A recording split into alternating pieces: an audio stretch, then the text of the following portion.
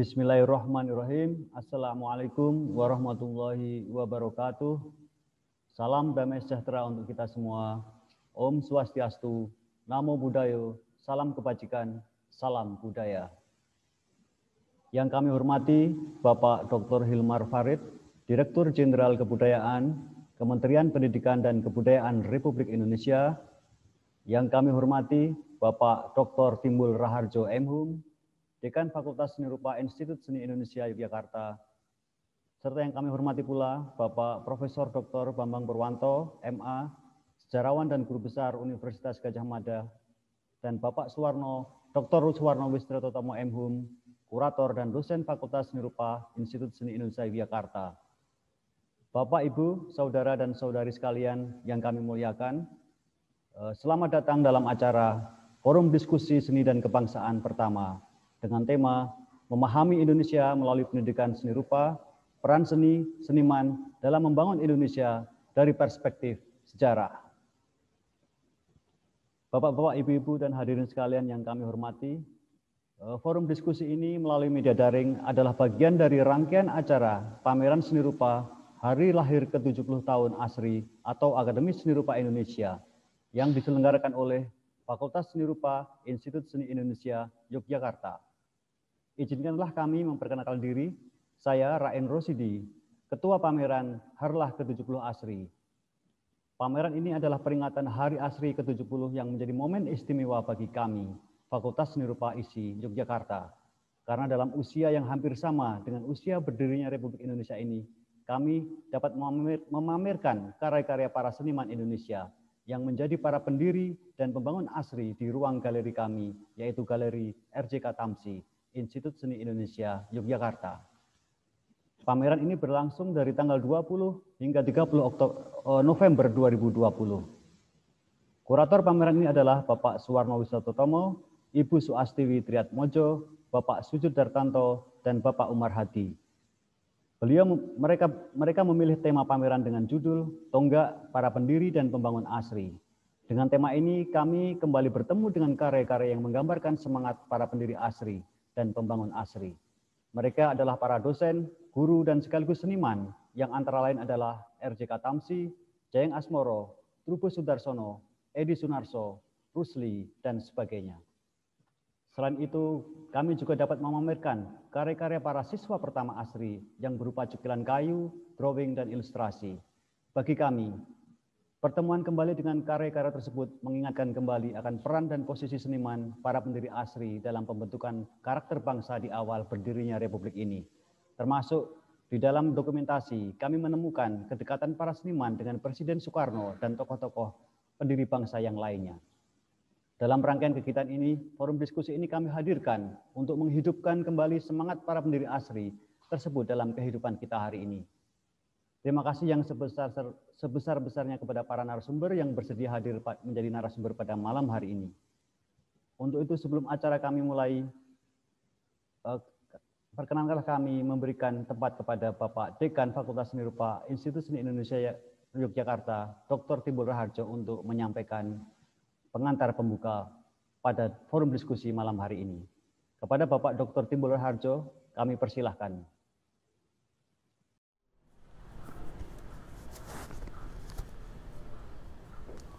Assalamualaikum warahmatullahi wabarakatuh. Salam sejahtera untuk kita semua. Om Swastiastu, Namo Buddhaya. Yang saya hormati Bapak Dirjen Kemendikbud Republik Indonesia, Bapak Dr. Hilmar Farid atau Pak Fae. Yang saya hormati Bapak Bambang Purwanto, Profesor dari UGM, dan saya hormati Dr. Suwarno Wistrotomo dari Institut Seni Indonesia Yogyakarta. Saya ucapkan selamat datang Pak Farid dalam acara webinar tentang Hari Ulang Tahun ASRI Akademi Seni Rupa Indonesia yang sampai saat ini menjadi Fakultas Seni Rupa ISI Yogyakarta.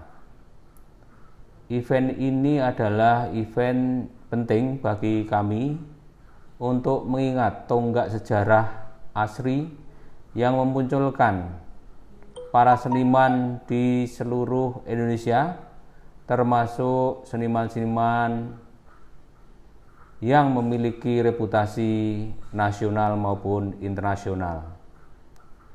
Saya ucapkan terima kasih atas kesediaan dari para narasumber untuk bisa sharing, untuk bisa memberikan input kepada institusi kami, terutama Fakultas Seni Rupa ISI Jakarta, dalam perkembangan di masa-masa yang akan datang belajar dari tonggak sejarah itu. Terima kasih. Wassalamualaikum warahmatullahi wabarakatuh. Salam sejahtera untuk kita semua. Om Swastiastu. Namo Buddhaya.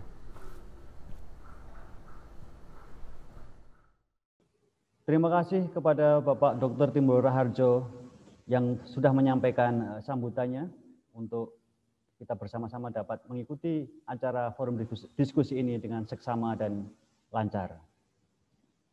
Untuk selanjutnya, kita akan memasuki forum diskusi seni dan kebangsaan yang akan dipandu langsung oleh moderator kami, Bapak Sujud Dartanto.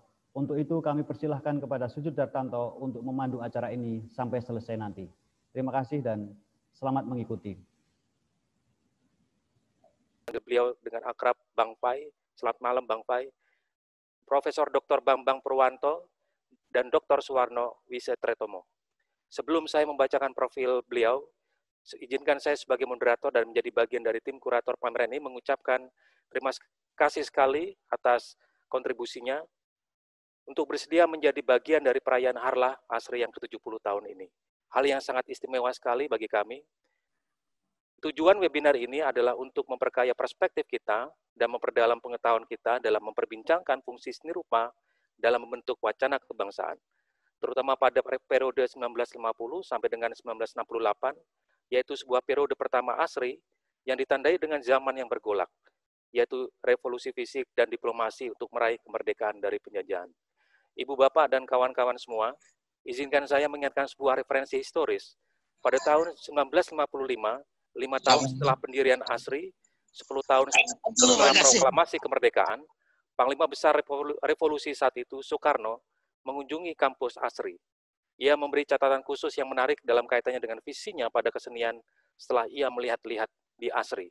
Saya ingin mengutip dari pernyataan Presiden Soekarno saat itu. Tentu saja saya tidak akan mirip dengan caranya membacakan naskah pidato yang sangat khas. Ia mengatakan bahwa ternyata bahwa kemerdekaan membawa kemajuan juga di lapangan kesenian. Kemerdekaan memang berarti pembebasan. Kesenian kita yang dulu dalam zaman penjajahan terbelenggu, menjadilah bebas merdeka dalam alam kemerdekaan. Terbanglah memembung di angkasa, laksana burung elang Raja Wali. Catatan dari Soekarno itu seperti sebuah isyarat kuat pada ASRI untuk membangkitkan jiwa yang inferior akibat penjajahan untuk menjadi jiwa merdeka melalui kesenian dengan metafora burung elang Raja Wali. Ibu, Bapak, dan kawan-kawan semua, perbincangan ini akan berlangsung dalam 2 jam ke depan, dengan pembagian pertama adalah pemaparan dari para pemateri, yang masing-masing akan berlangsung 15-20 menit, dan sebagai urutannya yaitu pertama adalah Bapak Suwarno, kemudian berlanjut dengan Pak Bambang, kemudian pamungkasnya adalah dari Pak Irlemar. Profil narasumber akan saya bacakan pada setiap sesi, selanjutnya dengan sesi tanya jawab selama kurang lebih 15 sampai dengan 20 menit, dengan kisaran pertanyaan 3-4 pertanyaan terpilih. Kiranya mohon untuk pertanyaan ditulis pada kolom chat, tujuannya untuk memudahkan identifikasi, dan mohon pertanyaan disebutkan terbuka untuk semua pemateri atau khususnya pada salah satu narasumber. Saya akan dibantu oleh tim yang mengumpulkan dan memilih pertanyaan, kemudian saya akan membacakan pertanyaan, dan mohon kiranya untuk semua peserta menonaktifkan mikrofon selama webinar berlangsung untuk melancarkan jalannya acara. Juga mohon tidak merekam dan menyebarluaskan webinar ini untuk kenyamanan kita bersama. Ibu, Bapak, dan kawan-kawan semua, kini tiba saatnya memasuki inti acara, yaitu pemaparan dari narasumber. Yang pertama kali adalah Bapak Suwarno. Mohon izin Pak Warno untuk menyampaikan profilnya.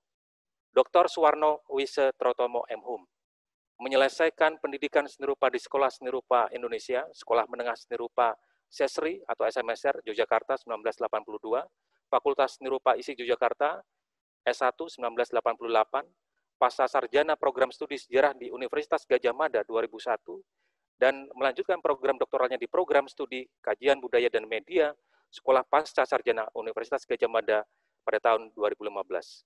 Sampai kini, beliau mengajar di Program Studi Seni Murni, di Program Studi Tata Kelola Seni, Fakultas Seni Rupa ISIK Yogyakarta, dan di Pasca Sarjana ISIK Yogyakarta.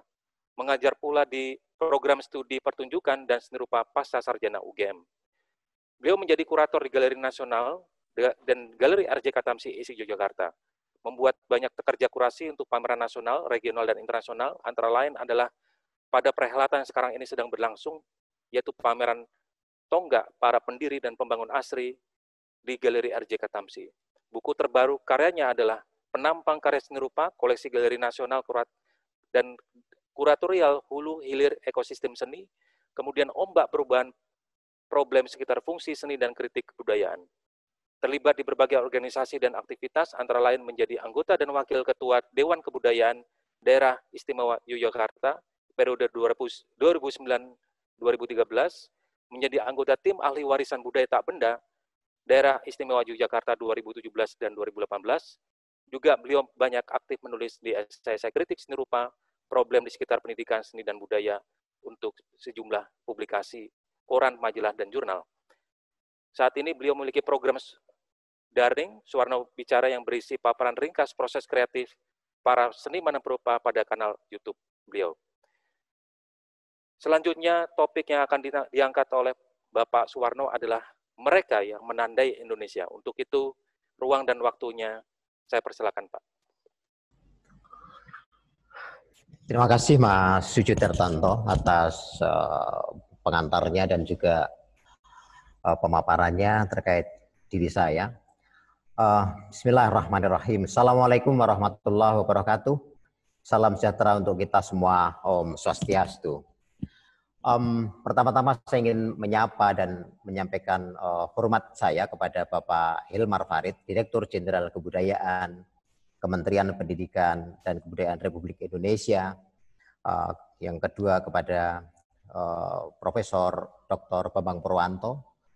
Di tengah kepadatan agenda beliau masih bersedia meluangkan waktu, mengalokasikan waktu, bukan meluangkan, meluangkan waktu untuk agenda webinar pada malam hari ini.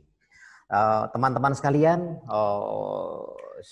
saya akan memanfaatkan seringkas mungkin kesempatan pertama ini memaparkan beberapa pokok pikiran yang nanti tentu akan semakin disempurnakan dan dilengkapi oleh Profesor Bambang Purwanto dan kemudian juga tentu Pak Hilmar Farid. Baik, gambar di halaman pertama tadi menunjukkan masa-masa ketika ASRI berdiri pada tahun 1950 dan aktivitas berikutnya. Paparan saya ini mengambil topik mereka yang menandai Indonesia. Judul ini atau topik ini ingin menunjukkan peran-peran institusi pendidikan tinggi seni, para dosen, para murid, dan peran-peran di waktu itu, pra maupun ketika ASRI berdiri dan seterusnya.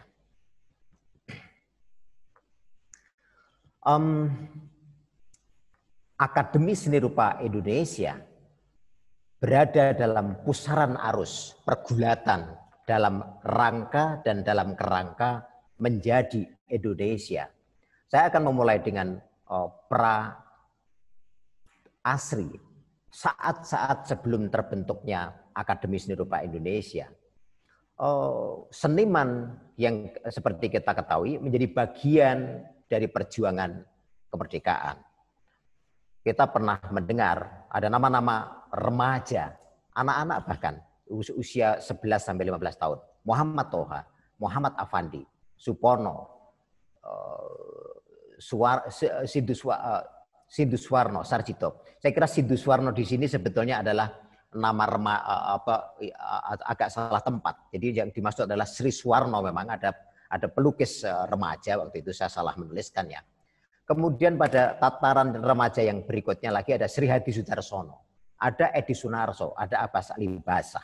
Nama-nama ini terlibat langsung pada peristiwa revolusi fisik mempertahankan republik, terutama di wilayah Yogyakarta. Pada tahun itu pula antara 40-an, 40 sampai hingga 48, 49, sanggar-sanggar tumbuh dengan subur di Yogyakarta. Ada seniman Indonesia muda, ada tokoh yang sangat berwibawa dan penting di situ, Sujoyono. Ada sanggar pelukis rakyat, ada tokoh karismatik di situ, Hendra Gunawan. Dan kemudian ada Pusat Tenaga Pelukis Indonesia, PTPI, pimpinan Jayang Asmoro. Bagaimana tempat itu digunakan sebagai awal dalam tanda petik pendidikan seni rupa Indonesia. Itulah situasi pra-ASRI, seniman yang tumbuh di tengah rakyat, bergulat, lalu kemudian pada ujungnya memikirkan pentingnya berdirinya institusi pendidikan seni. ASRI diresmikan pada tanggal 15 Januari 1950 oleh Menteri PP dan K, Pendidikan, Pengajaran, dan Kebudayaan RI, Ki Mangunsarkoro di Bangsal Kepatihan Yogyakarta jam 10 pagi waktu Indonesia bagian Barat. Ini detail apa yang saya sebut dengan periode-periode yang kami sederhanakan, yang saya sederhanakan dalam melihat faset-faset waktu itu. Perkembangan antara 47, 3 tahun sebelum menuju tahun 50. Pra-ASRI dan ASRI berdiri, saya menyebutnya sebagai lini baru pendidikan seni rupa di Indonesia. Lini baru sampai kemudian berdirinya ASRI tahun 50. Mengapa? Karena di pra-ASRI adalah rezim Orde Lama, sanggar-sanggar tumbuh, ada tokoh karismatik di sana yang kita sebut sebagai Bung Karno, yang begitu rupa mewarisi sejarah, setidak-tidaknya mewarisi cerita yang begitu romantik. Bagaimana Bung Karno bergaul dengan para seniman, egaliter, mengundang ke istana, mengajak bicara, membagi ide-ide untuk bagaimana membangun dan menandai republik. Kemudian begitu ASRI berdiri tahun 50 sampai tahun 68, itulah kemudian era di mana menuju pergantian rezim dari budaya sanggar ke budaya akademis, tidak adanya itu dalam dunia pendidikan tinggi seni rupa.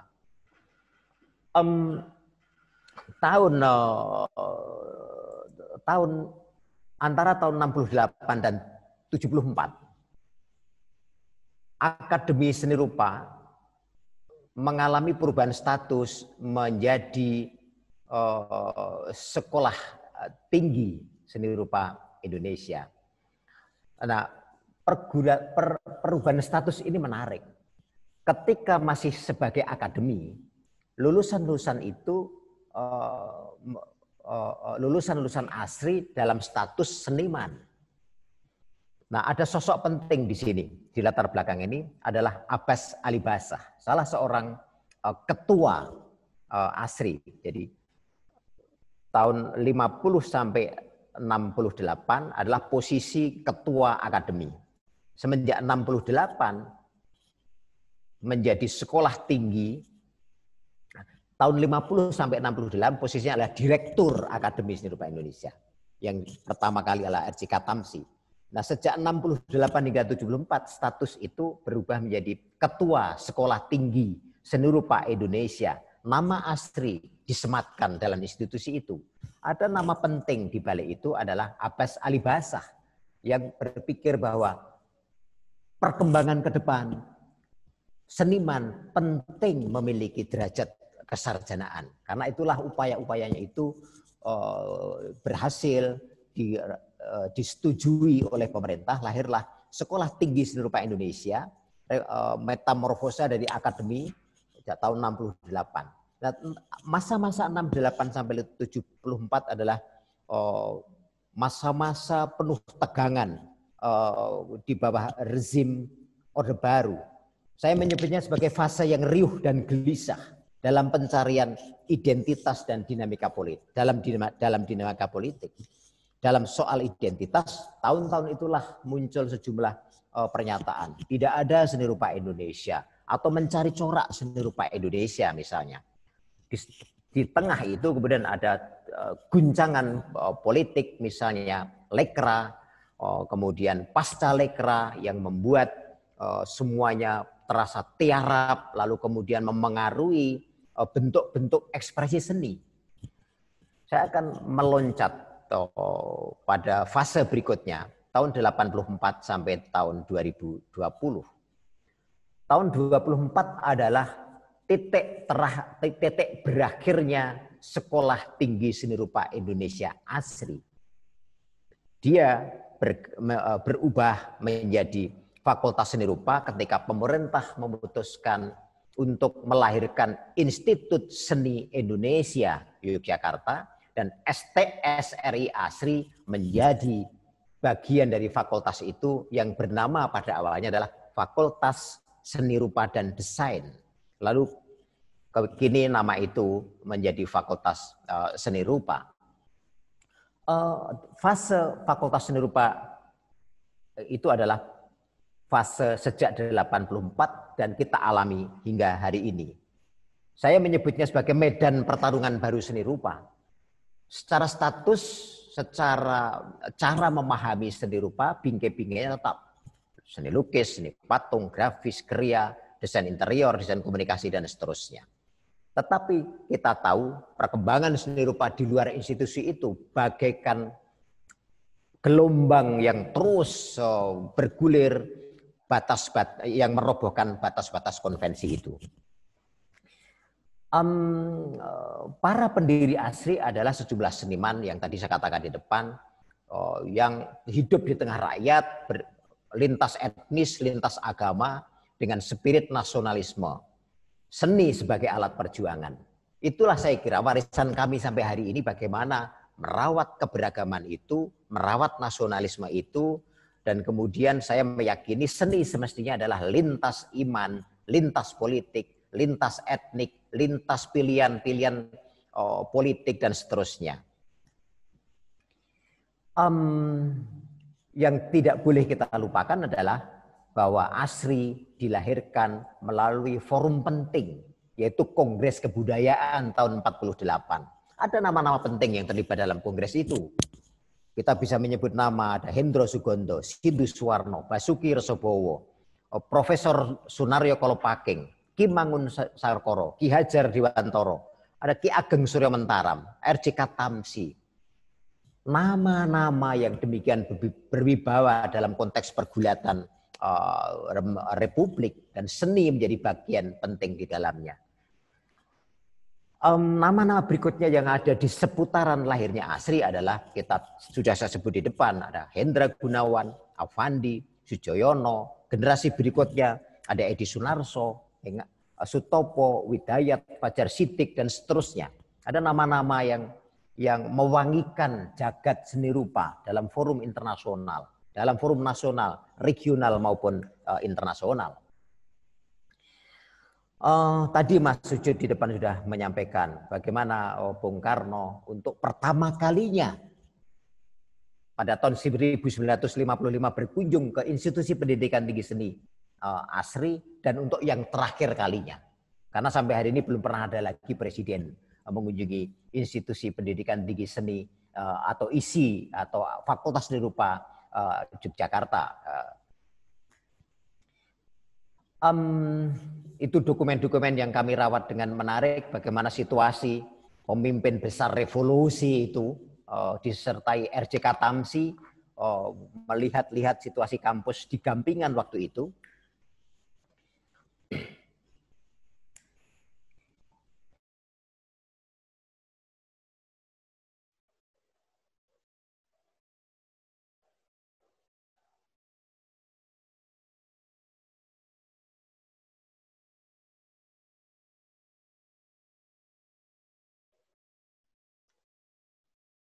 Ibu, Bapak, dan kawan-kawan semua, ada hal teknis yang sedang kita sesuaikan.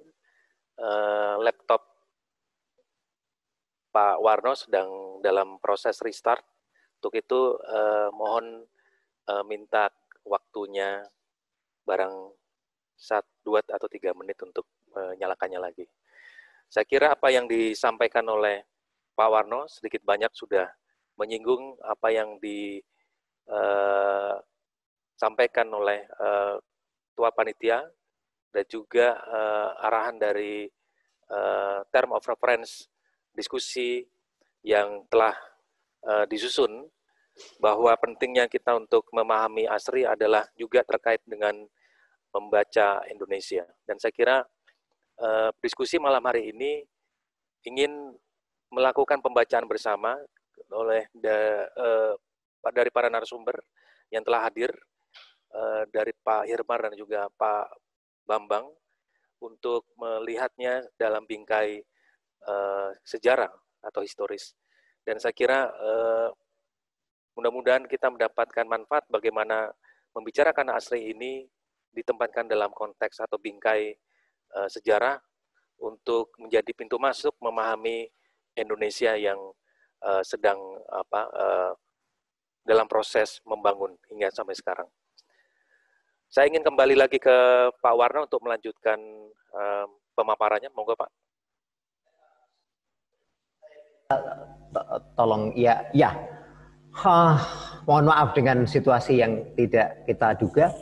Jadi mengakhiri presentasi saya yang terpotong beberapa menit adalah bahwa saya ingin mengatakan bahwa Akademi Seni Rupa Indonesia, Sekolah Tinggi Seni Rupa Indonesia, ASRI Yogyakarta, sampai Fakultas Seni Rupa ISI Yogyakarta terus berada dalam ombak perubahan dan mengambil peran-peran dalam ombak perubahan Republik ini.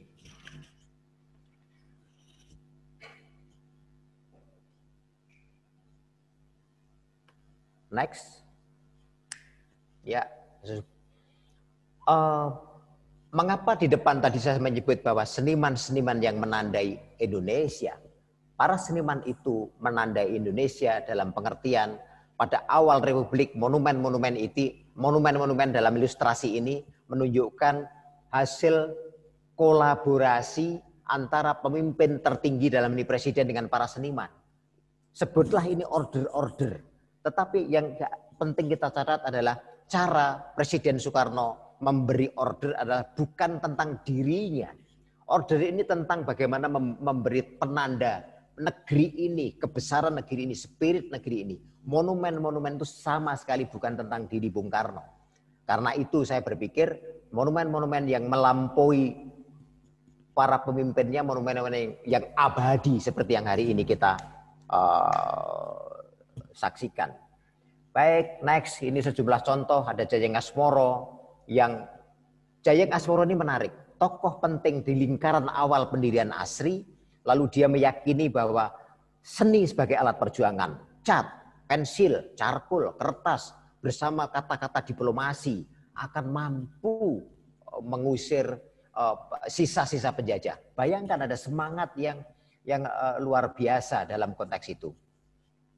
Nah, bagaimana ASRI juga memanggul visi dan visi-visi yang menarik dalam konteks bagaimana mendidik calon intelektual yang berkebudayaan, melahirkan pemimpin yang profesional dan bermoral, dan yang tidak kalah diperhatikan adalah bagaimana itu menjadi institusi untuk mendidik para calon pendidik.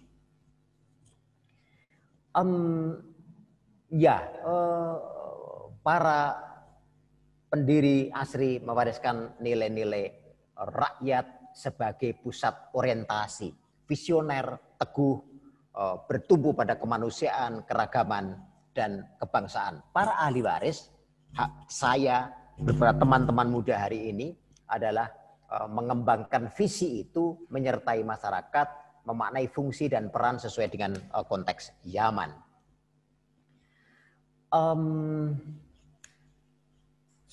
Sebetulnya tentu masih sangat banyak yang ingin saya paparkan, tapi saya ingin minta waktu 3 menit terakhir untuk menyampaikan ini. Bagaimana peran-peran yang diperankan oleh institusi ini? Satu contoh yang menarik yang ini saya sampaikan adalah, misalnya satu contoh, desain komunikasi visual.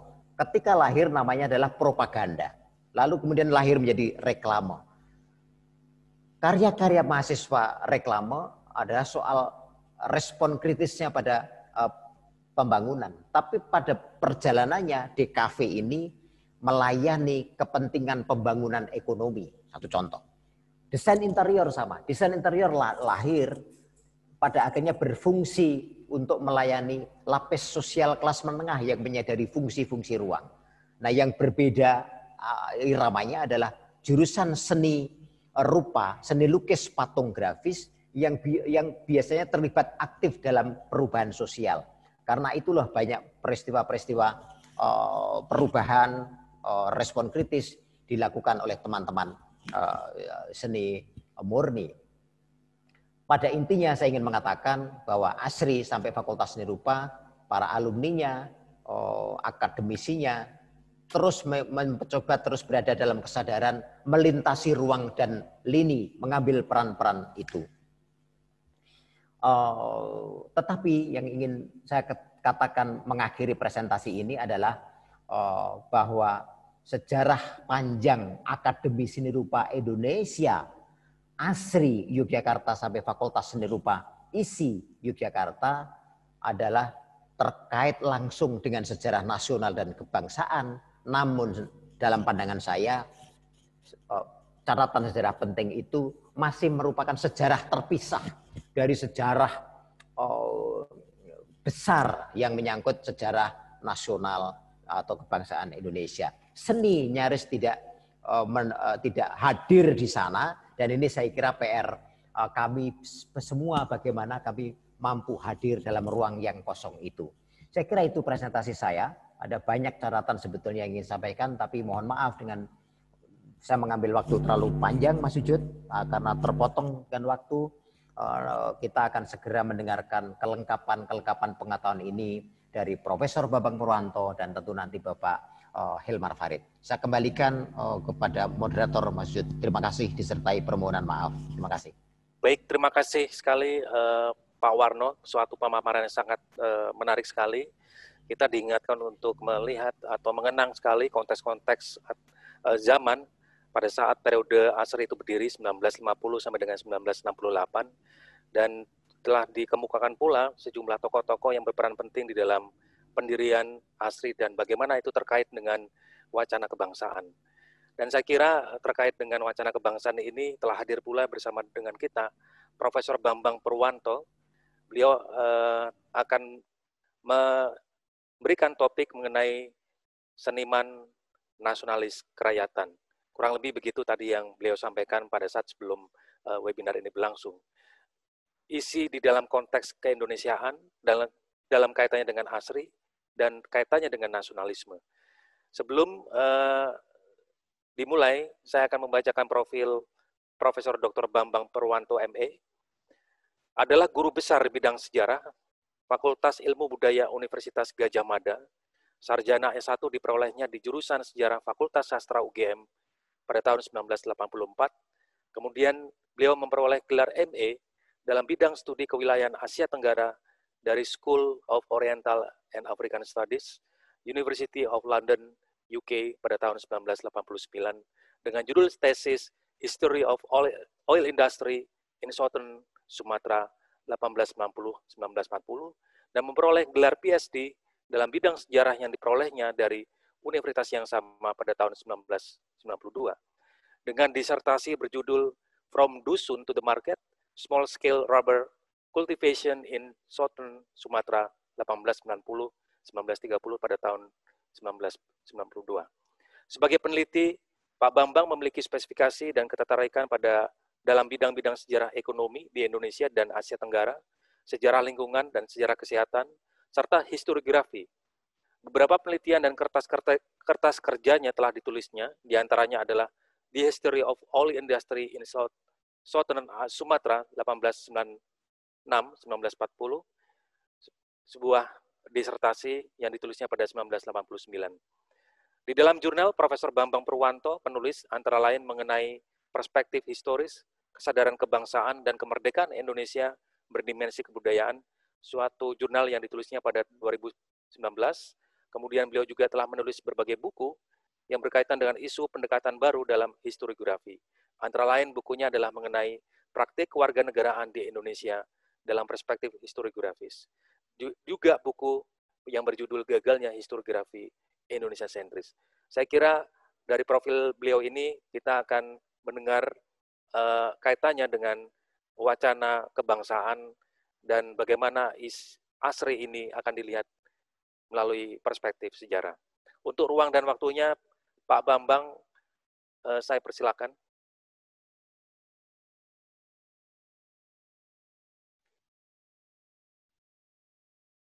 Pak Bambang barangkali bisa diaktifkan mic-nya, Pak. Terima kasih, Mas Sujud. Ibu Bapak sekalian yang saya hormati, Assalamualaikum warahmatullahi wabarakatuh. Selamat malam, salam sejahtera untuk kita semua. Terima kasih kepada panitia yang sudah mengundang saya dalam acara ini. Di sana ada Mas Fai, Mas Warno, dan teman-teman yang lain juga. Saya mencoba untuk hadir dalam satu judul tulisan, paparan sebenarnya lebih cocok, tulisannya masih jauh belum jadi sekali. Judul sementaranya itu adalah pendidikan. Saya mengapa kata tingginya itu saya masukkan dalam kurung karena ini tadi sebenarnya sudah disampaikan oleh Mas Warno yang berkaitan dengan itu. Jadi pendidikan seni rupa dalam perspektif historiografis. Ini kira-kira yang akan saya sampaikan pada hari ini. Tetapi saya akan mulai dengan hal yang sederhana sekali sebenarnya, yaitu adalah kalau kita berbicara tentang pembentukan ASRI, itu saya kira harus ditempatkan dalam konteks ruang Yogyakarta sebagai pusat Republik Indonesia yang berlangsung paling tidak dari sejak Januari 1946 sampai Agustus 1950. Saya agak berbeda dengan beberapa orang lain yang berpikir bahwa Yogyakarta sebagai ibu kota Republik Indonesia itu hanya berhenti pada 20 ketika Soekarno jadi setelah 27 Desember 1949, setelah itu seakan-akan bahwa Jogja tidak lagi menjadi ibu kota Republik Indonesia. Saya kira saya membedakan hal tersebut karena saya kira kita harus membedakan secara historis kontekstual antara Yogyakarta sebagai ibu kota Indonesia dengan ibu kota Republik Indonesia. Karena bagi saya bahwa ada makna tersendiri secara kontekstual bahwa Yogyakarta itu adalah Indonesia itu sendiri. Indonesia yang mana? Indonesia yang Yogyakarta itu merepresentasi ruang historis simbolik dari proklamasi kemerdekaan bangsa Indonesia 17 Agustus 45 yang berkelanjutan. Jadi Yogyakarta itu memastikan berkelanjutannya Republik Indonesia. Ini saya kira penting sekali. Republik Indonesia bukan hanya sekedar Indonesia, tetapi Republik Indonesia. Nah, jadi yang memerdekakan Indonesia itu adalah bangsa, kemudian kita membentuk sebuah negara yang kemudian kita sepakati namanya Republik Indonesia, dan kemudian ketika pemerintahan pindah ke Yogyakarta, nah itulah yang saya sebut bahwa Yogyakarta itu adalah yang menentukan berkelanjutannya Republik Indonesia. Jadi saya memahami Yogyakarta itu sebagai rumah para nasionalis kiblik Puritan. Mengapa saya menggunakan kata kiblik ini? Mungkin saya tidak menggunakan kata republikan. Ini adalah menarik karena di dalam wawancara-wawancara yang kami lakukan beberapa banyak kesempatan bagaimana para mereka yang berjuang pada periode itu mengidentifikasi diri mereka dengan kalimat yang sederhana sekali. Jadi kaum Republikan itu mereka sebut sederhana sekali.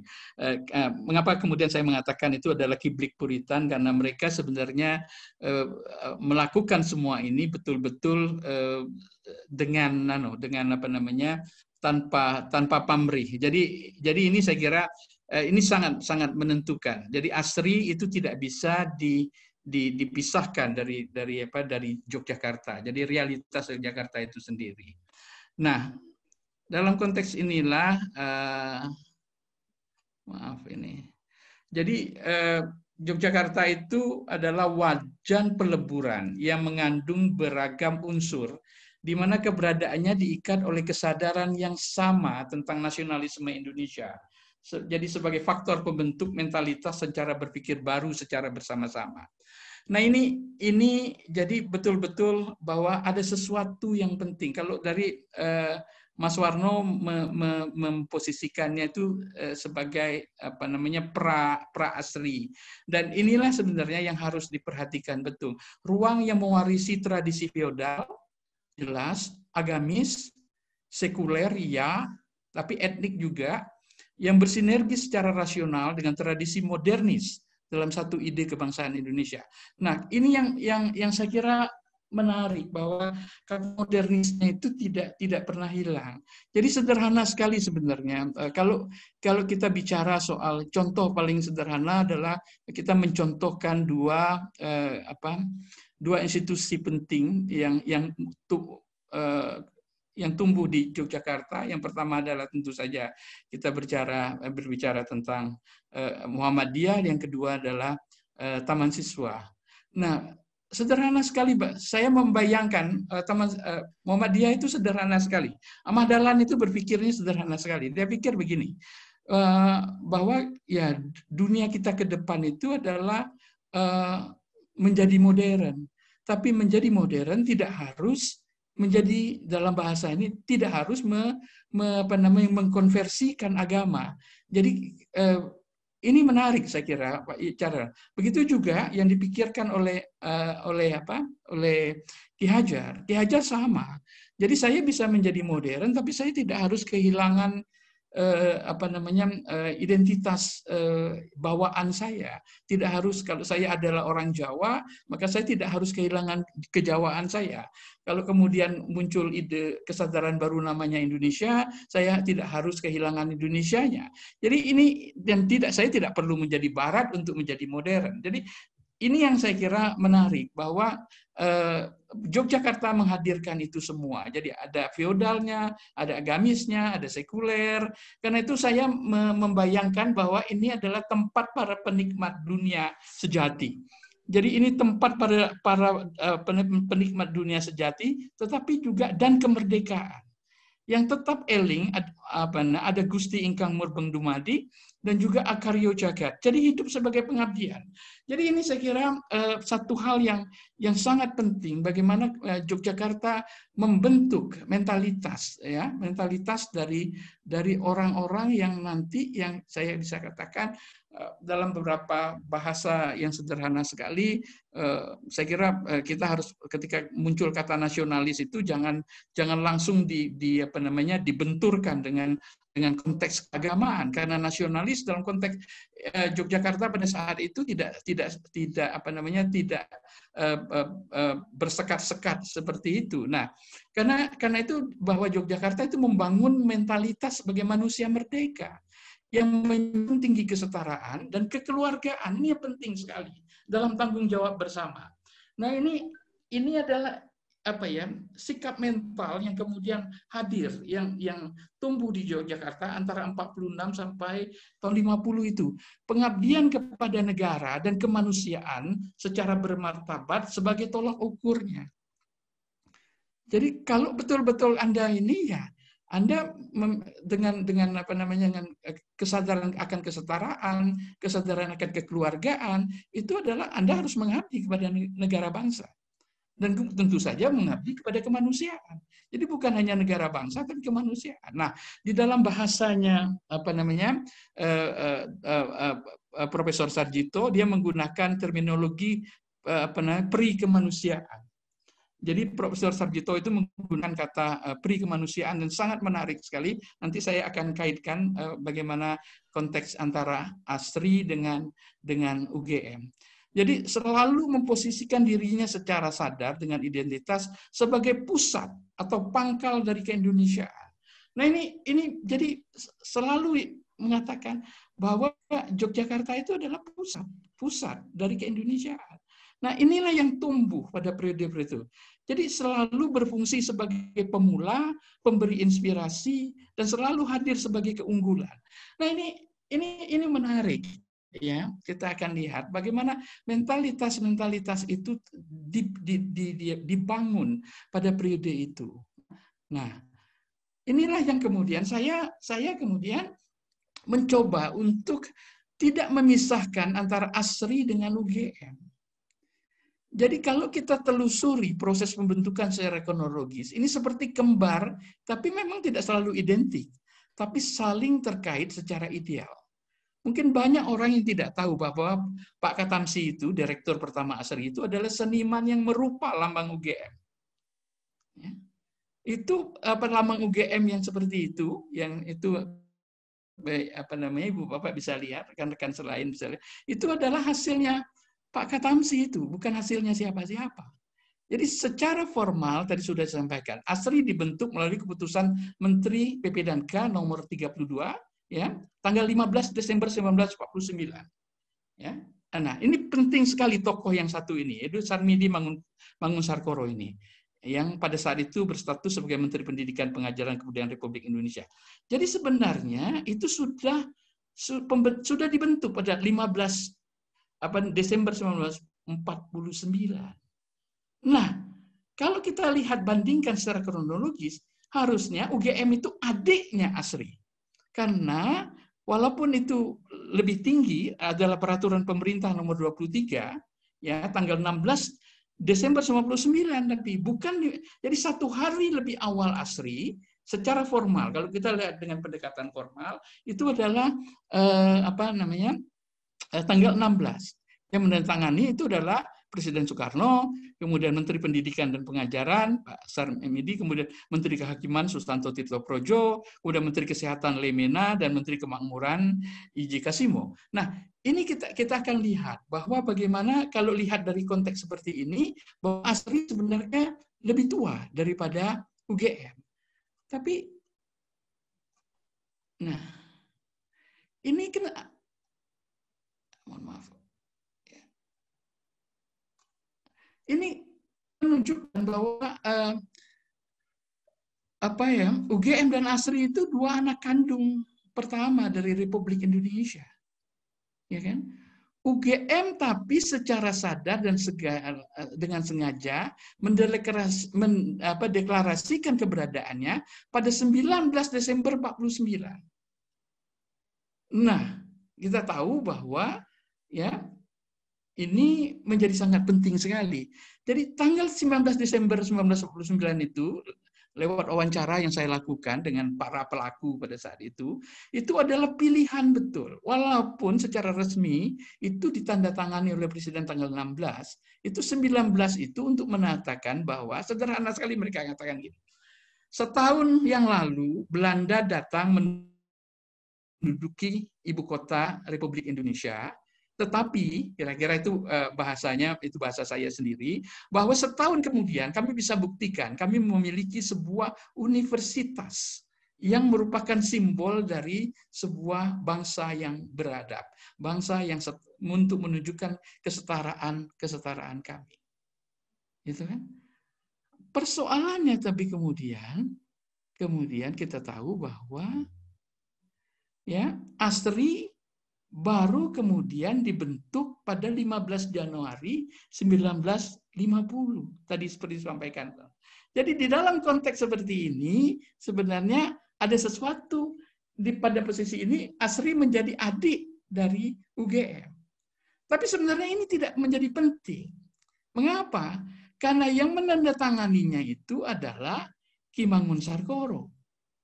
Dan Ki Mangunsarkoro itu adalah ya Menteri Pendidikan, Pengajaran, dan Kebudayaan Republik Indonesia Karena apa? Karena pada saat yang sama di Jakarta terdapat pemerintahis di mana ada menteri yang sejenis yang dijabat oleh Abu Hanifah.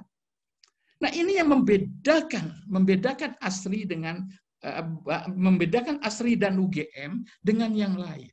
Karena ASRI dan UGM itu betul-betul lahir dari kesadaran kebangsaan Indonesia yang manifestasinya tentu saja kita tahu puncaknya adalah 17 Agustus 45.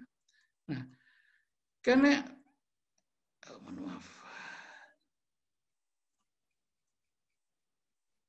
Jadi kalau kita lihat pembentukan ASRI dan UGM itu menurut saya satu paket. Jadi sebagai wujud dari tanggung jawab atas kemerdekaan bangsa dan respon atas kesempatan untuk berpartisipasi dalam pembentukan peradaban baru dunia.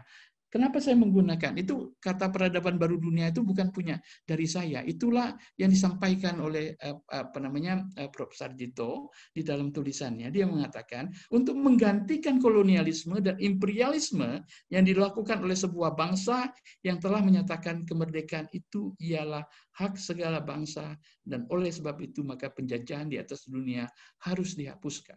Kita lihat bagaimana kalau kita melihat secara linearitas di sini, sangat jelas sekali bahwa ASRI dan UGM itu manifestasi dari kemerdekaan Indonesia. Nah, dia satu paket. Paket apa? Karena ya keberadaan ASRI sebagai salah satu pembuktian dan sekaligus untuk menunjukkan kesetaraan dengan bangsa-bangsa merdeka lainnya, di mana di dalam pendidikan pengajaran tidak hanya bermuatan kenyataan ilmu pengetahuan. Nah, jadi kalau dalam bahasanya Prof. Sarjito, ilmu pengetahuan sebagai sebuah kenyataan, dia mengatakan. Bersama kebudayaan, melainkan juga kebudayaan bersama kesenian. Nah, nanti kita akan lihat. Jadi dia kalau melihat di sini, jadi sebagai manifestasi kreatif unsur internal yang memanfaatkan imajinasi dan pengalaman sebagai representasi dari peradaban.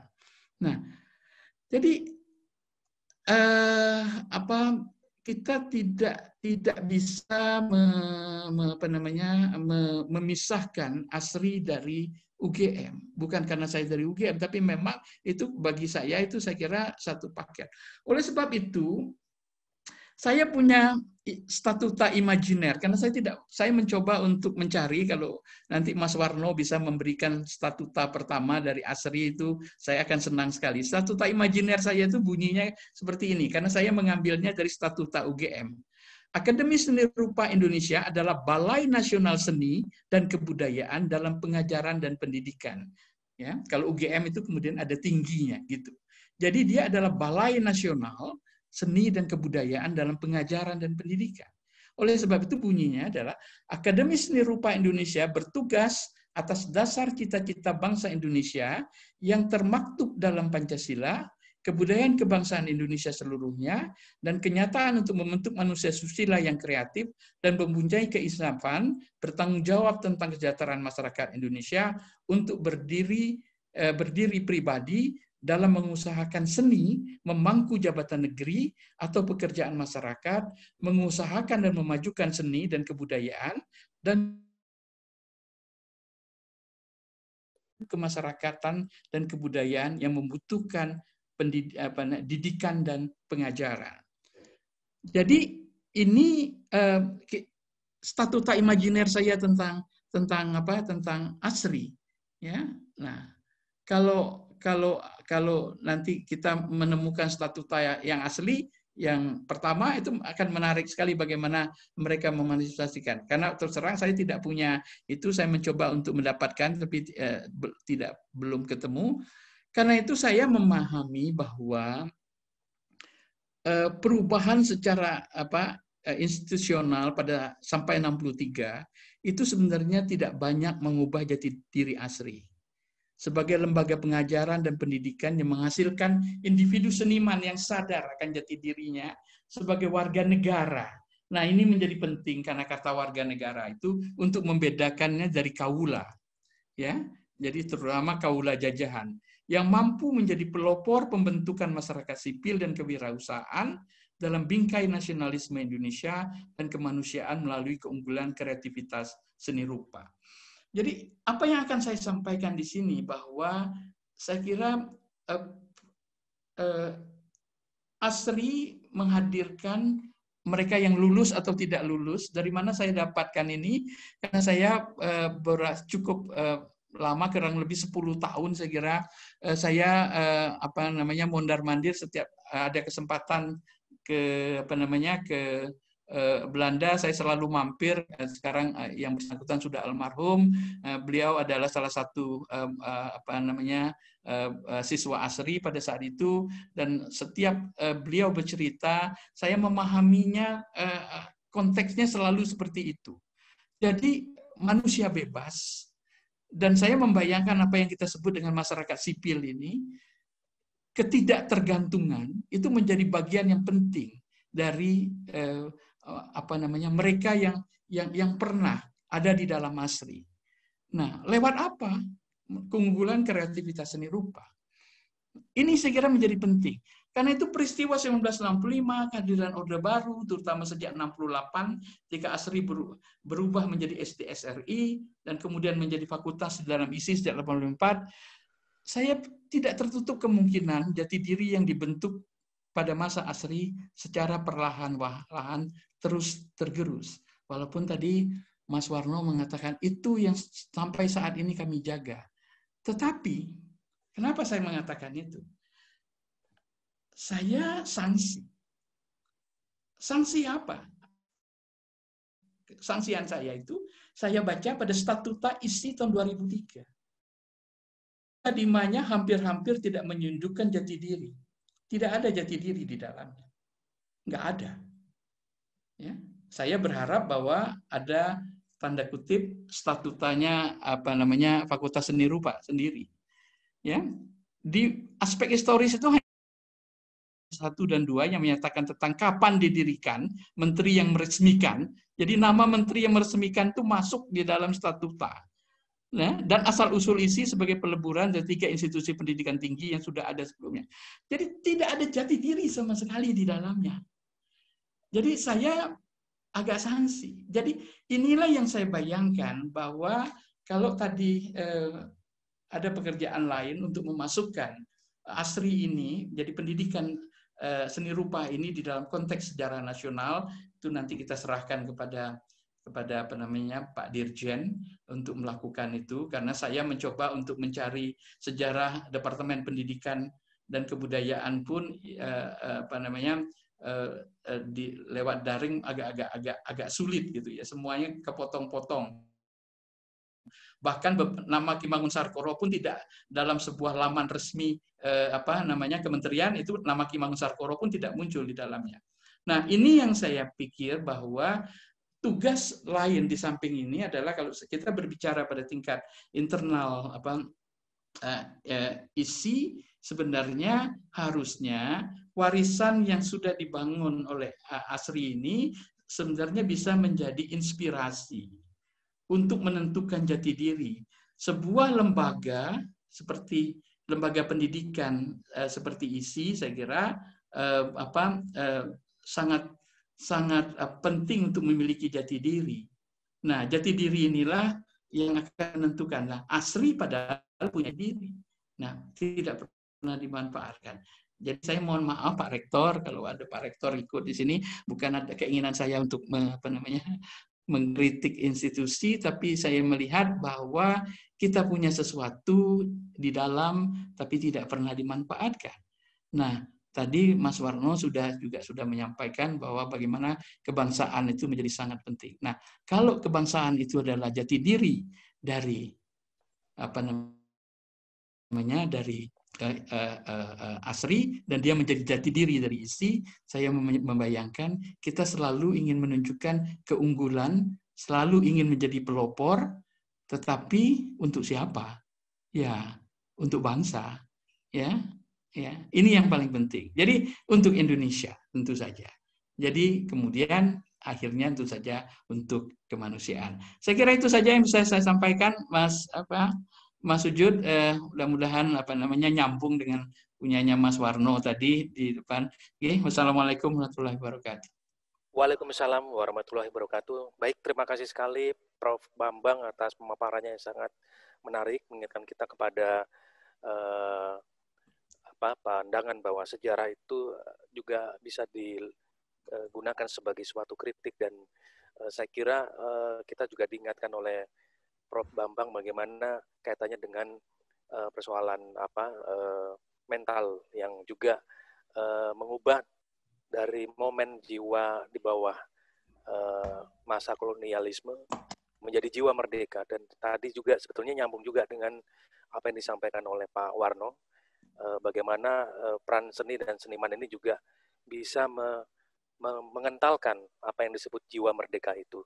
Sebagaimana Sujoyono pernah juga mengatakan seni adalah jiwa yang ketok, konteksnya adalah jiwa yang satu paket kurang lebih dengan keinginan situasi saat itu untuk menjadi bangsa yang merdeka. Dan sampailah kita kepada narasumber pamungkas, Bapak Hilmar Farid, dan saya kira sebelum saya berikan ruang waktunya, saya ingin membacakan profil beliau. Bapak Hilmar Farid, sebagaimana dikenal luas, adalah seorang akademisi aktivis, pejabat publik, dan sejarawan.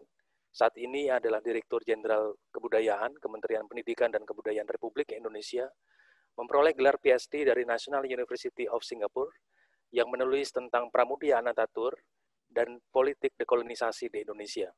Saat ini ia juga adalah Ketua Masyarakat Sejarawan Indonesia. Beliau mengajar sejarah dan budaya di Institut Seni Jakarta IKJ dan Universitas Indonesia UI, dan berulang kali menerbitkan artikel akademis. Jaringan dan komitmen antara regionalnya tercermin melalui keterlibatannya sebagai anggota ASEAN Regional Exchange for New Alternatives atau ARENA dan Inter-Asia Cultural Studies Society. Aktif dalam gerakan pro-demokrasi sejak 1990-an, ia juga adalah salah satu pendiri jaringan kerja budaya, kumpulan seniman dan pekerja budaya, dan inisiator Institut Sejarah Sosial Indonesia. Saat ini beliau menjabat sebagai Ketua Masyarakat Sejarawan Indonesia, dan pernah menjabat sebagai Ketua Dewan Direksi Perum Percetakan Negara, Kantor Percetakan Indonesia hingga November 2020. Baru-baru ini beliau diangkat sebagai Komisaris Utama Balai Pustaka, penerbit utama milik negara di Indonesia. Untuk itu, ruang dan waktunya saya persilakan Bang Fai. Baik, terima kasih Mas Sujud, dan selamat malam Bapak Ibu, teman-teman sekalian. Assalamualaikum warahmatullahi wabarakatuh. Salam sejahtera untuk kita semua. Rahayu. Terima kasih juga atas undangannya untuk berbicara di forum ini, terutama kepada Pak Dekan. Ini saya tadinya mengira tugasnya menjadi mudah ya, bicara setelah Mas Bambang dan Mas Suwarno, karena hal-hal penting mestinya udah disampaikan. Tapi setelah menyimak pembicaraan kedua beliau ini, waduh, ini kok malah tambah berat gitu. Tapi saya ingin meletakkan diskusi ini dalam konteks yang lebih luas ya. Jadi tidak hanya berbicara mengenai ASRI di Yogyakarta, karena tadi sudah disampaikan dengan sangat baik oleh kedua pembicara sebelumnya. Saya ingin meletakkan diskusi ini dalam konteks problem yang dihadapi bukan hanya Indonesia, tapi semua masyarakat jajahan. Bagaimana merumuskan kebudayaannya ya, setelah bebas dari belenggu penjajahan. Ya, kita merdeka secara politik, kita memperjuangkan pembebasan di bidang ekonomi, tahun 50-an ada nasionalisasi, kita mendorong orang-orang Indonesia untuk aktif dalam kegiatan ekonomi, Bung Hatta datang dengan koperasi. Nah, kebudayaan ini lebih pelik. Ya, kalau politik ini masalah memindahkan kekuasaan dalam tempo sesingkat-singkatnya seperti amanat proklamasi. Ya, ekonomi ya walaupun ada banyak problem sampai hari ini tetap gitu ya, tetapi rutenya itu sudah bisa kita bayangkan. Nah, bagaimana dengan kebudayaan? Dan kenapa menjadi pelik? Karena pendidikan modern sendiri yang menjadi alat kita untuk membebaskan diri kan diperkenalkan oleh penguasa kolonial. Ya, jadi ibaratnya kita menggunakan senjata yang diberikan oleh orang lain untuk dihadapkan kepada yang memberikan. Kan kurang lebih begitu ya. Dan itu berlaku sama. Seni rupa pun begitu. Seni rupa modern nggak kita wariskan dari generasi sebelumnya, kita peroleh dari masa kolonial, gitu ya. Sastra pun begitu, bahasa, percetakan, penerbitan, musik, ya kita menggunakan musik-musik tonasi barat gitu ya untuk menciptakan lagu-lagu perjuangan dan seterusnya. Jadi ada soal yang saya kira pelik ya, dan tentu tadi ada kita diingatkan kutipan Bung Karno ketika berkunjung ke ASRI gitu ya, bahwa merdeka, alam kemerdekaan memberikan kebebasan kepada seniman untuk berkarya. Tapi kita tahu ya bahwa itu apa istilahnya ya, mudah dikatakan tapi gimana melakukannya gitu ya. Dan langkah pertama di dalam upaya ini tentunya adalah kritik. Kritik terhadap apa? Terhadap kolonialisme, penguasa kolonial, praktek kolonial. Jadi kurang lebih kita mungkin lebih mudah merumuskan apa yang kita tidak mau daripada merumuskan apa yang kita mau. Ya, kalau kita nggak mau apa ya, penindasan apa segala macam kita nggak mau, itu kemiskinan kita nggak mau. Ya, tapi kemudian apa yang kita inginkan sebenarnya gitu, dan bagaimana caranya kita mendefinisikan Indonesia merdeka? Ya, apa sih ukurannya? Apa nilai yang kita pegang untuk sampai kepada tujuan itu? Dan kita tahu para politisi dari waktu ke waktu, dari zaman pergerakan, zaman kemerdekaan, bahkan sampai sekarang, selalu berbicara tentang konsep yang abstrak. Ya, kemerdekaan, kebebasan, keadilan, kemakmuran, kesejahteraan, dan seterusnya, dan seterusnya.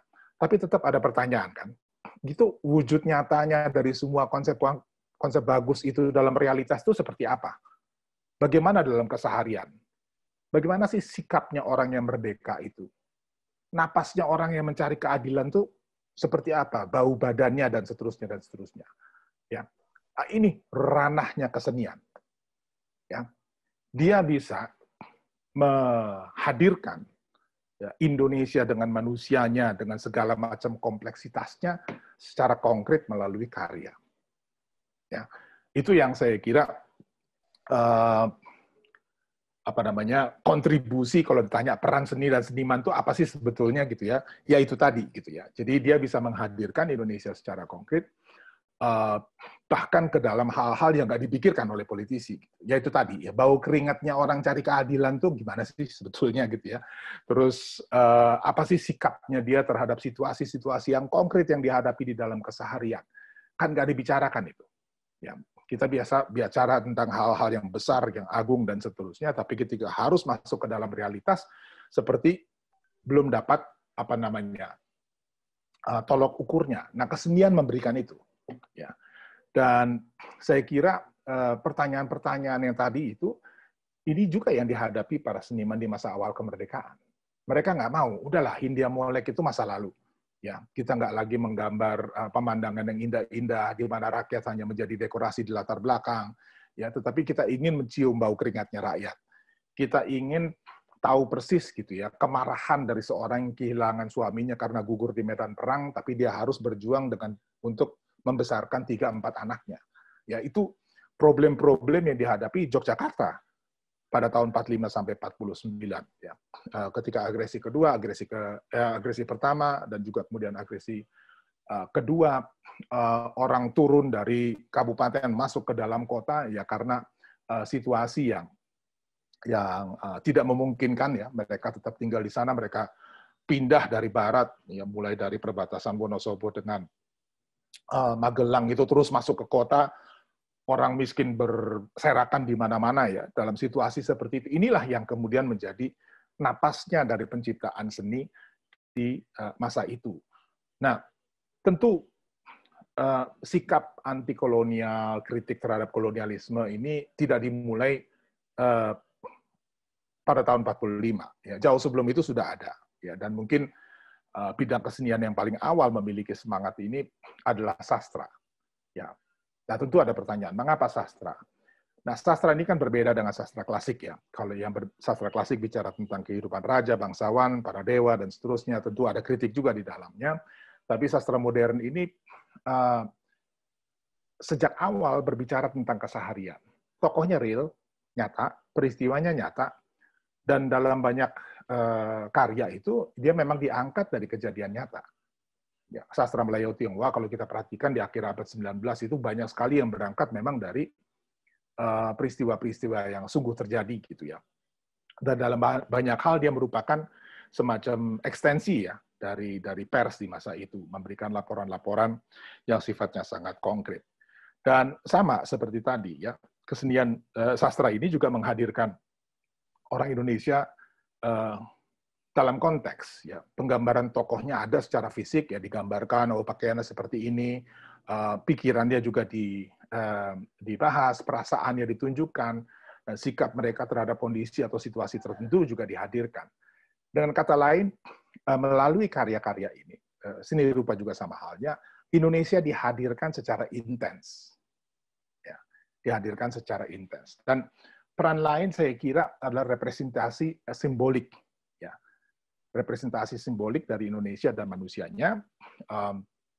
Dan dari situ orang kemudian belajar tentang banyak hal, ya, pilihan moral, keputusan politik, sikap sosial, tutur kata, ya di dalam seni rupa juga hubungan antara manusia, ibu dengan anak dan seterusnya, semua dihadirkan secara sangat intens. Tentu bukan tanpa masalah, ya. Saya nggak bilang bahwa kemudian semua karya punya misi nasional yang sama, gitu ya.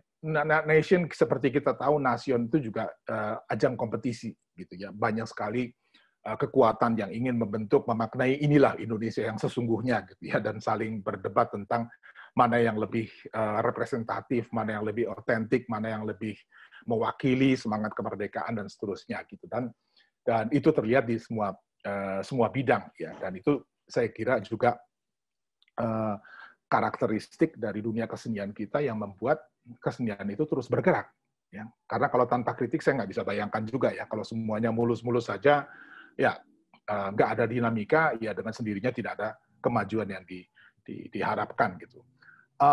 Hal lain yang saya kira penting bahwa karya seni ya itu juga menggalang pikiran dan perasaan. Ya. Terlepas dari orang setuju atau enggak dari penggambaran di dalam sastra atau karya seni rupa, tapi referensi atau titik acunya itu sama. Mereka nggak mesti setuju dengan novel tertentu atau lihat lukisan tertentu, ya, tetapi dasarnya itu sama. Dari segi itu dia menggalang, ya, menggalang sebuah audiens, ya, dan itu publik terbentuk karena ada karya itu. Ya, jadi berbeda misalnya kalau misalnya kita lihat sekarang ini ya, produk dari karya global yang masuk melalui macam-macam platform Netflix dan seterusnya, dia memang hadir, tetapi tidak membentuk audiens.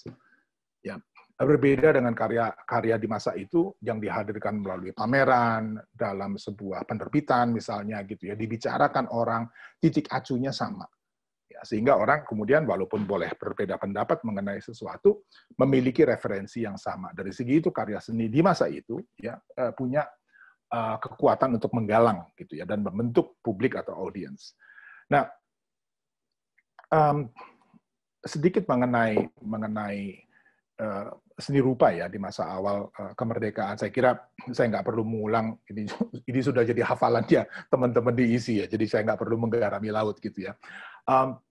Tapi yang disampaikan oleh Mas Bambang tadi saya kira sangat penting ya, tentang kenapa Yogyakarta menjadi penting. Ya. Dan ini ada hubungannya dengan sejarah politik kita. Ya.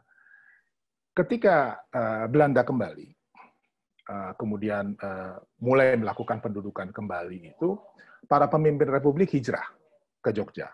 Ya, pindah ke Jogja, Jogja menjadi ibu kota Indonesia. Saya setuju Mas Bambang, bukan hanya ibu kota Republik, tapi ibu kota Indonesia. Gagasan Indonesia itu ibu kotanya ya memang di Jogja. Dan banyak dari tokoh-tokoh seniman, seni rupa dalam hal ini juga ikut, ada sebagian yang sudah bermukim di Jogja, ada yang kemudian ikut di Jogja. Sastrawan tidak. Ya, Balai Pustaka itu nggak pindah ke Jogja. Balai Pustaka tetap ada di Jakarta. Ya. Dan di Jakarta ini, interaksi dengan penguasa kolonial itu juga cukup intens. Ya, jadi Belanda itu kurang lebih setelah masa pendudukan, punya jurus yang mengatakan, ya udah deh, kalau misalnya kalian memang nekat mau merdeka segala macam, silahkan, tapi hubungan kebudayaan kita mesti terus loh. Kalian belum bisa loh, ya menempuh modernitas itu sendirian gitu ya. Kalian pasti masih perlu Belanda gitu ya. Itu kuat sekali ya. Dan saya kira kalau kita baca kritik kebudayaan di masa itu, kedua cenderungan ini bisa dilihat. Akarnya tetap di polemik kebudayaan tahun 30-an. Ya, dan bukan kebetulan gitu orang-orang yang berada di dalam garis ini, satunya memang kuat mukim di Jogja, para apa tadi Mas Bambang bilang para kiblik itu, ya. Sementara yang sangat apa namanya itu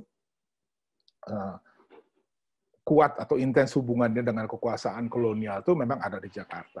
Ini ada satu buku yang sangat bagus, sayangnya masih dalam bahasa Belanda, dari seorang jurnalis namanya Henry Allers. Dia menulis tentang Rode en Groene Merdeka. Itu jadi merdeka yang merah, merdeka yang hijau. Ya.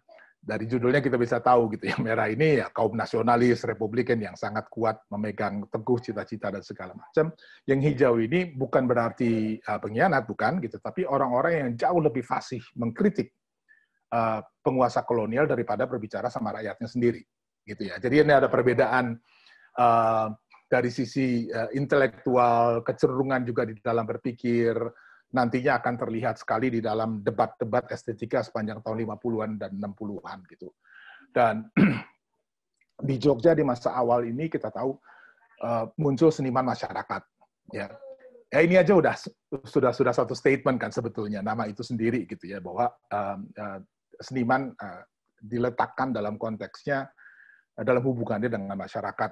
Dan di sini ada Pak Afandi, Pak Darso, Hendra Gunawan dan lain-lain. Dan kemudian ada seniman Indonesia muda, Pak John, Usman Effendi, Pak Aryadi, Kartono Yudo Kusumo juga ikut di dalam SIM. Dan itu sangat dinamis ya. Kemudian rame SIM, Afandi kemudian membentuk Pelukis Rakyat, dan bergabung ya beberapa seniman lain, Pak Trubus, Rustam Haji, Joni Trisno dan lain-lain. Nah, ini dinamika ini gitu ya, menurut saya juga mencerminkan ya kehidupan budaya yang sangat dinamis di Jogja pada masa itu. Ya, dan memang saya setuju Mas Bambang itu, Indonesia sekali ya, multi etnik itu. Ya, dan nggak ada yang merasa bahwa saya ini lebih asli daripada yang lain gitu ya. Titik acuhnya apa? Kesetiaan pada gagasan Indonesia merdeka itu. Itu yang jauh lebih menentukan daripada kamu asalnya dari mana. Ya. Dan betul ya, segala macam ada di situ. Ya, ada kiri, kanan, tengah, feodal, proletar, lengkap lah pokoknya gitu ya. Suasananya itu sangat dinamis gitu. Dan tentu karena situasinya sulit, seni rupa di masa itu juga segalanya itu boleh dibilang yes pokoknya sedapatnya gitu ya. Jadi mulai dari bahan-bahan dan seterusnya. Dan nggak berhenti di sana, saya kira di sastra juga ada dinamika yang sangat penting ya, Pak Trisno Sumarjo ada di sana, di musik ada Pak Musbini dan lain-lain. Nah, satu yang ingin saya tambahkan di sini adalah peran Sri Sultan.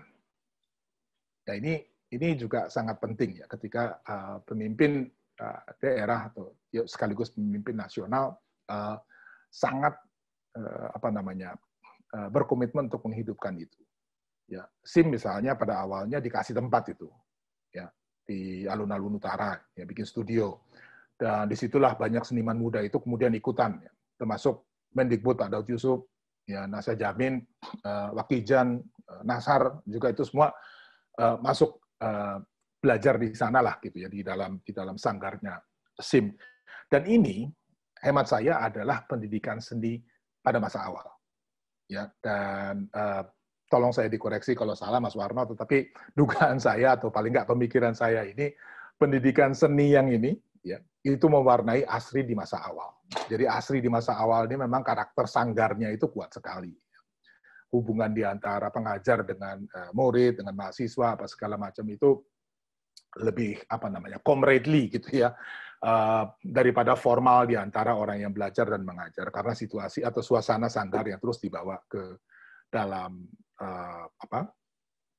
di dalam proses belajar mengajarnya. Nah, tentu menarik dan ini sebagai akhir dari pembicaraan saya, membicarakan karya-karya di masa itu apa sebetulnya yang ditampilkan, ya, apa sebetulnya yang ingin dihadirkan, gitu ya. Dan saya kira kalau melihat dari komposisi orang-orangnya, situasinya, ya jangan lupa itu masa perang ya. Jadi saya juga sangat kagum dengan Kongres Kebudayaan pertama di Magelang itu terjadi praktis di perbatasannya Republik dengan daerah pendudukan, ya. Hanya dibatasi oleh Kabupaten Wonosobo. Ya, tetapi kita tahu para peserta kongres juga pada masa itu harus menghadapi mara bahaya ya untuk bisa melaksanakan kongres gitu, karena Belanda sedang building up menuju agresi kedua di bulan Desember tahun 48 gitu ya. Jadi situasinya seperti itu. Nah, pada saat bersamaan di dalam situasi kritis seperti itu, kehidupan budaya ini boleh bilang apa istilahnya ya? Bunting ya, dengan gagasan-gagasan tentang Indonesia yang sangat beragam gitu. Dan saya kira Mas Bambang tadi dengan sangat bagus menjelaskan ya situasi atau suasana di masa itu. Dan di sini saya kira mungkin ya apa yang dikatakan ada seorang sejarawan India namanya Dipesh Chakrabarty. Dia kurang lebih membagi gagasan nasional di dalam karya seni di India, dan saya kira mungkin relevan juga buat kita di sini. Gitu. Itu pada dasarnya bisa dibagi dua. Gitu. Yang satu adalah adoring eye, saya sebutnya kalau terjemahannya mata cinta. Ya. Yang satu lagi critical eye, mata kritik. Ya. Dan keduanya ini hadir di dalam karya-karya itu. Yang adoring eye atau mata cinta ini selalu keagungan dari negeri, para pemimpin, tokoh, ya romantis, sangat romantis penggambarannya. Termasuk revolusi juga jadi sangat romantis gitu ya. Menikah di masa revolusi di atas sepeda dengan hiasan seadanya. Tapi inilah ya cinta terhadap negeri, cinta terhadap kemerdekaan di dalam kesederhanaan dan seterusnya. Tapi pada saat bersamaan juga ada mata kritik. Ya, para seniman di masa itu menangkap kemiskinan, ketidakadilan, ya, kecongkakan dari orang-orang yang baru berkuasa, mental korup di tahun 50-an, 60-an itu tema yang sangat menonjol gitu ya.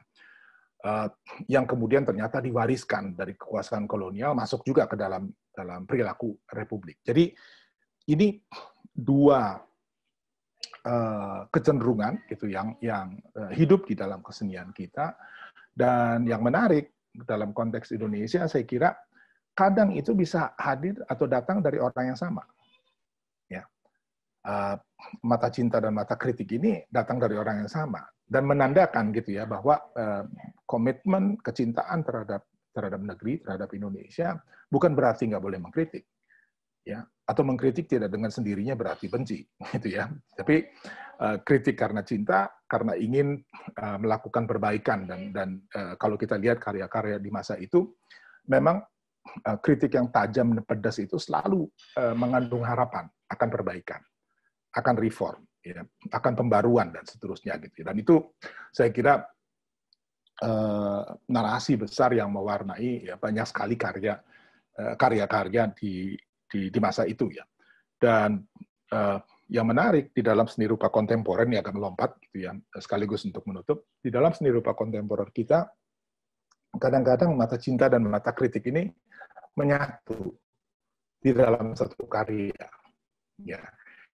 Jadi kita bisa melihat misalnya dalam karya-karya yang parodi dan seterusnya itu tetap ada semangat untuk ya bahwa harus melakukan sesuatu yang baik gitu ya. Sebaliknya, bahwa ada sesuatu yang salah ya di dalam sistem kritik dan segala macam, tapi di dalam pernyataan itu sekaligus terkandung harapan, kecintaan terhadap negeri. Dan akhir kata, saya kira sekarang ini berbicara tentang sejarah gitu ya, adalah sesuatu yang sangat timely, tepat waktu, ya, karena kita juga berhadapan dalam satu momen historis, ya, satu perubahan yang besar yang mungkin nggak ada presidennya sebelum ini, situasi pandemi, dan tentu kita nggak tahu ya ujungnya itu akan di mana gitu ya. Tapi besar harapan saya bahwa ini sekali lagi para seniman yang bergerak gitu ya, coba memaknai ya, Indonesia di dalam kekalutan atau dalam keadaan seperti ini, kira-kira itu ujungnya di mana gitu. Karena kekuatan dari karya seni dan seniman pada umumnya adalah kemampuan untuk mengimajinasikan ya sesuatu yang belum ada bentuknya ya. banyak orang sekarang hidup dalam ketidakpastian. Saya kira kontribusi seni dan seniman sekali lagi diperlukan untuk memberikan bayangan yang solid tentang Indonesia yang kita cintai bersama ini. Saya kira itu, Mas Sujud. Terima kasih sekali lagi atas undangannya. Wassalamualaikum warahmatullahi wabarakatuh.